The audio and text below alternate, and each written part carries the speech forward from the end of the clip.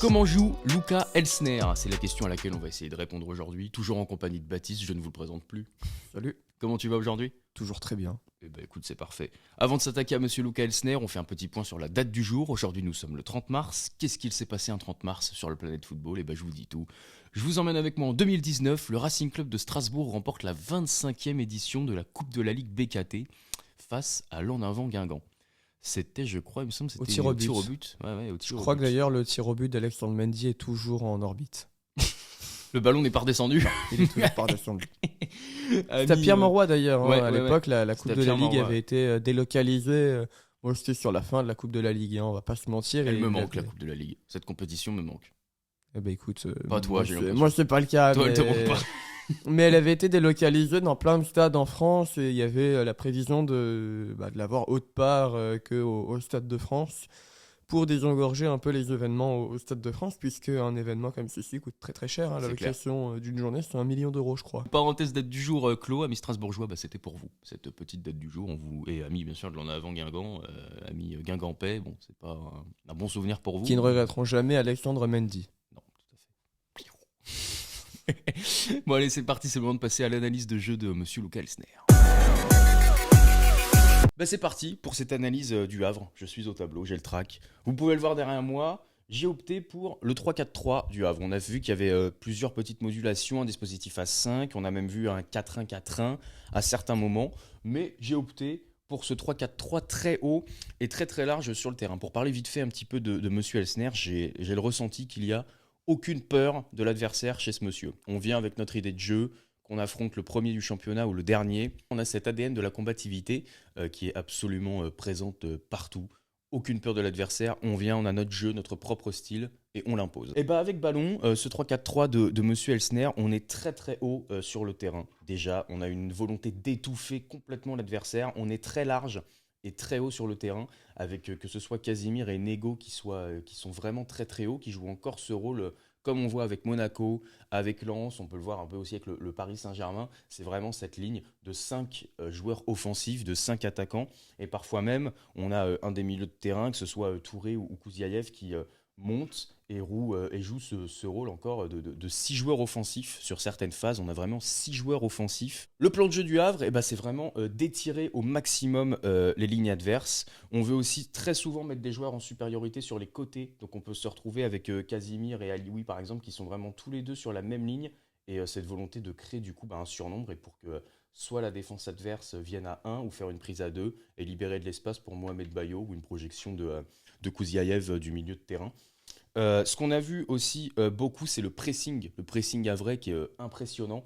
Tout le monde est à son poste, tout le monde redescend et on a un bloc qui vient complètement presser en fait et étouffer si l'équipe adverse joue sur un côté. Tout le bloc se déplace et vient mais complètement étouffer le côté et limite au point où on abandonne le côté opposé si la balle n'est pas sur le côté. Le bloc est tout le temps en mouvement du côté havrais. Sur les phases défensives, on peut voir aussi une sorte de 5-1-2-2 qui passe ici, avec toujours une sentinelle qui est toujours libre et qui a vraiment ce rôle de premier lanceur, comme on voit un petit peu partout. Voilà, on a le 5-1-2-2 qui est comme ça, avec Mohamed Bayo qui lui a vraiment plus ce rôle de joueur dans l'axe. Il y a un peu ce côté-là qui est laissé, mais en général, soit Nego monte et arrive à tout de suite se projeter et prendre la profondeur dans cet espace. Et on revient finalement très vite à ce 3-4-3 très large et très très étouffant pour cette équipe havraise. Moi je me rappelle un peu du match face au Monaco, je pense qu'il y a eu beaucoup d'analyses vidéo et je pense que Monsieur Elsner travaille beaucoup sur l'analyse vidéo. Baptiste, je sais pas, toi qui l'as suivi un peu quand il était en Belgique. Ouais, c'est ça, je il crois travaille qu'il beaucoup travaille sur beaucoup sur la l'analyse vidéo. vidéo, il se focalise vraiment là-dessus. Maintenant, est-ce qu'il a changé à mon avis, je pense pas. Non, je pense pas, parce que vraiment ce qu'on voit à Monaco, c'est que les points étaient vraiment ciblés. Je prends un exemple de ce match parce qu'il m'a vraiment marqué, et c'est là que je trouve qu'il y a aussi aucune peur, quand je disais au début aucune peur de l'adversaire, c'est que Le Havre, avec son plan de jeu, en 2 passes, était dans le camp adverse en fait, et faisait un peu ce qu'il voulait de Monaco, les a pas mal mis en difficulté.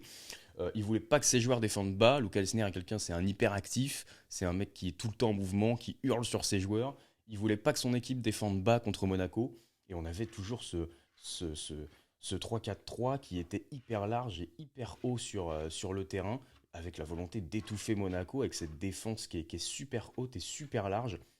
pour étouffer du coup l'adversaire, et que ce soit Monaco, que ce soit le PSG, que ce soit n'importe qui. J'ai l'impression qu'il n'y a aucune peur. T'avais ressenti ça toi en Belgique quand tu l'avais vu, qu'il avait vraiment son plan de jeu, son truc, et que abstraction totale de l'adversaire. Ouais, totalement. Et quand tu dis hyperactif sur le banc aussi, je sais pas si tu avais vu en fin de saison dernière, quand il y avait eu le fameux envahissement de terrain, là, 30 Ouais, secondes avant la fin ouais, contre ouais. Dijon, où il était Ouais, foudrage. ouais, ouais, je m'en rappelle. Ouais. Mais c'est un personnage intrigant. C'est un personnage très intrigant, Monsieur Elsner. Et moi, je me suis rendu compte que cette équipe havraise était, mais c'est un enfer. C'est un enfer. Du peu que j'ai vu, c'est un enfer. Alors effectivement, il manque, quoique j'allais dire, il manque ce joueur de qualité, mais je pense que Bayo peut l'être. Et vous verrez peut-être qu'il fait partie de mon joueur à suivre. C'est à voir bientôt. Mais je trouve que oui, cette équipe havraise fait peur. Elle, je veux dire, c'est pas la facilité, c'est soit un bloc à 5 et qui défend très bien et qui se projette très vite avec Casimir, avec Nego, avec Alioui, qui sont des joueurs de percussion et des joueurs qui ont une capacité de projection absolument énorme. Donc voilà, équipe havraise très intéressante, très agréable à voir jouer. Ce 3-4-3 est vraiment très agréable.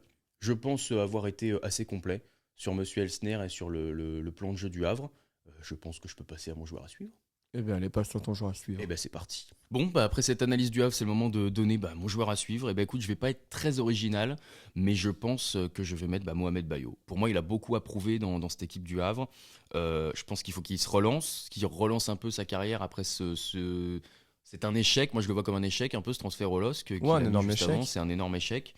Il vient un peu avec cette étiquette, peut-être pas de star, mais en tout cas de joueur important. Et je pense que c'est le moment pour lui de prouver. Et, il fait un bon début de saison, il me semble, avec le Havre. Il marque pas mal, il est très intéressant à avoir dans le jeu. Donc je pense que c'est vraiment le bon moment pour lui de relancer sa carrière et de prouver que il peut porter l'attaque d'une équipe en Ligue 1. Ouais, il a beaucoup fait parler de lui la saison dernière, pas pour des raisons Ouais, sportives. tout pour de l'extra sportif. Et là, cette année, j'espère qu'il pourra faire parler de lui pour du sportif. Ouais, et revenir un peu comme à Clermont où Exactement. il a un peu le syndrome Wai. Ouais. Quand tu regardes, il quitte son club formateur qui est Clermont. Je l'avais suivi à Clermont, donc quand il signe à Lille, je me dis ouais espérons pour lui qu'il fasse pas parler de lui pour de l'extra sportif. 3 semaines Trois après, semaines après, il y avait déjà ses premières histoires qui sortaient dans la c'est presse. mais Donc, c'est l'histoire qui l'a tué à Lille, hein. c'est exactement ça, bien sûr. Et Et de toute façon, derrière, quand tu n'es pas libre dans ta tête, comment tu peux performer en plus dans un nouveau club avec une forte identité. Lille, quand même, c'est un gros club de notre championnat. ça, et derrière, quand tu C'est connais Paulo Fonseca qui est très arrêté, et ouais, une erreur, tu une le erreur, caches, c'est sorti du c'est groupe tout fini, de quoi. suite. Donc ouais.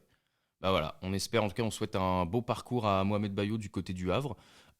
Écoutez, je pense qu'on a été assez complet sur le Havre. Je pense qu'on a dit tout ce qu'il fallait dire. Voilà, maintenant vous savez un petit peu comment joue Monsieur Luca Elsner. Si vous êtes supporter havrais, si vous êtes des suiveurs de notre championnat, vous avez votre propre analyse, que vous avez regardé les matchs, que vous soyez supporter ou non. On prend votre analyse ou vos compléments, ou si vous avez des choses à contredire, n'hésitez pas. L'espace des commentaires est là pour ça et on vous lira avec grand plaisir. Nous, on se retrouve la semaine prochaine pour une nouvelle analyse tactique. Rendez-vous la semaine prochaine, même lieu, même heure, sur la chaîne Ballon Pied. Salut à tous. Salut!